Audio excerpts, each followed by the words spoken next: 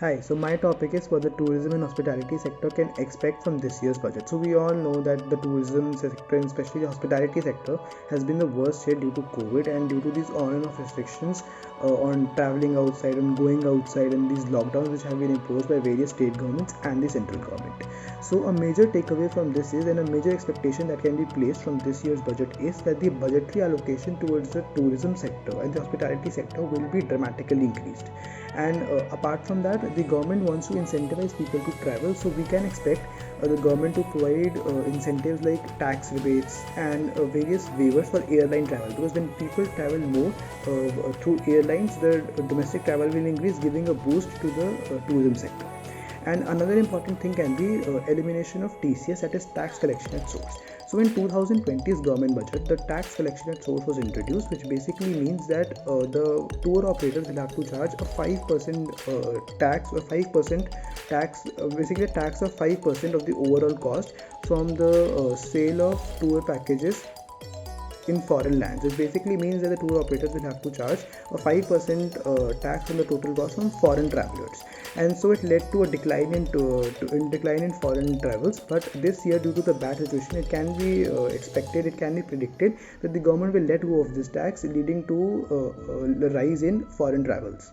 And apart from that, another major thing can be the extension of the exemption limit of LTA. What is LTA? LTA is the leave for travel allowance. So basically the government provides allowance to its employees who take leave for travel purpose. Currently this LTA can be availed once in 2 years, but it is expected that the government may extend this limit to so that the employees can avail the benefits of LTA once every year. And a major demand that was placed by the tourism sector, and the tourism sector has been placing this demand for a very long time, and it may become a reality in this year's budget, is that the tourism sector may attain the infrastructure status. This infrastructure status implies that the tourism sector will be able to avail the benefits of lower taxation. It will get a longer time to repay the loans it has borrowed, and also it will go through a government mechanism which provides easy approval to the project. So basically a sector which has the infrastructural status has higher probability of getting its projects approved and easily approved. So it will help the tourism sector to expand and get back on its feet. So here are my major expectations from the budget for tourism sector, and one thing that can be said for sure is that the budgetary allocation will be increased, and we can see some incentives like tax rebates to increase travels to boost the tourism sector. Thank you. Greetings to all. My name is Yatharth Bhatia and I am currently pursuing BA Honours Economics from DTU. Currently, I am in second year. Today, I am here to speak about my expectations from the Union Budget 2022-23 to be presented on 1st of February 2022 by our Finance Minister Nirmala Sitharaman. I would be speaking upon the renewable energy sector. I think the government is expected to introduce a lot of changes in this sector.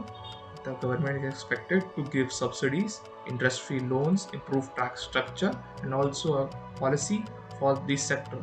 As the world is recognizing the problem of climate change due to the overuse of non-renewable sources of energy, in 2021, in the World Economic Forum, the agenda was climate change.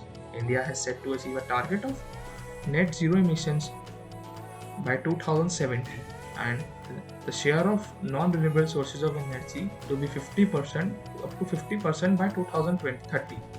And to achieve this ambitious target, the government is expected to introduce subsidies, improve tax structure, and interest-free loans in this sector. Also, it is expected to give a good policy in this sector. The government will be giving a lot of tax benefits to the users, and the government is also expected to reduce custom duties on the products used in this sector, like the windmills or the solar panels. So in my opinion, the government overall in the Union Budget 2022-23, the government will give a lot of benefits in this sector and to boom this sector. Also, the government should invest to build the infrastructure of this sector. Thank you. Okay, to begin with, the big companies and the big corporations are doing quite well. The data also suggests that the manufacturing sector is doing quite well. But this is again due to the success of the big corporations and not due to MSMEs and the informal economy. Per capita consumption is 5% below than the pre-pandemic levels. The labor participation force is just 40%. In December, the unemployment rate rose to 7.9%, which is quite high. We also know that the GDP, the MSMEs constitute 30% of the GDP and provide employment to as high as 111 million people in these countries. So, keeping these facts on the table, I hope that the government should increase the government expenditure in this budget. There are three reasons primarily for increasing the government expenditure. Number one, it would stimulate consumption in the economy. It would provide employment to the masses. Thirdly, and most importantly, it will help us to keep the units alive in the economy as a whole. So the government needs to allocate more resources and spend more in Manrega, in rural employment scheme and various other rural schemes. Last year, our finance minister Nirmala Sitharaman said that the government expenditure would increase by 34.5% without taking in account to the inflation at the current price levels. But in reality, this has just been 18%. 18% increase has been seen the last fiscal year. So I hope that the government expenditure increases and the government keeps its promise of 34.5% or even more. Also, the government expenditure should go on projects which will help us to give money to the informal sector and not to the big companies and corporations. Money should be transferred to the local contractors and MSMEs and not to the big corporations because they are doing quite well the last fiscal year. Also, if the central bank provides loan, so those loans should more go to the MSMEs and the rural area and the rural people and the informal sector as a whole. Srimati Nirmala Sitharaman will present her fourth Union Budget on 1st February 2022 as the Finance Minister of India. Industry leaders and economists expect her to make major announcements so as to know how the government will tackle the problem of growing unemployment in India. India's unemployment rate is at an all-time high. In the past 5 years, it has been above the global average. Currently, it stands at 8%, which translates to 53 million unemployed people. This has caused income inequality as well as the rural-urban inequality in India, and due to that, labor participation as well as the amount of active job seekers are on a constant decline. India needs to create 200 million job opportunities in the coming years so as to avoid any major unemployment crisis in the future.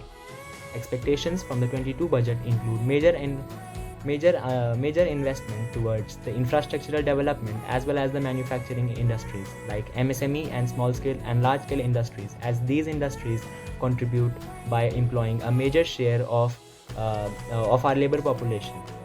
The production linked incentive scheme when introduced in 2020 were very much appreciated, and that should be extended to more and more industries, as currently they cover 13 sectors with an outlay of 1.97 lakh crore rupees. Skill centers have largely been shut down since the pandemic struck, and the government should look to digitalize the upskilling program of the youth by helping the centers with grants and credits.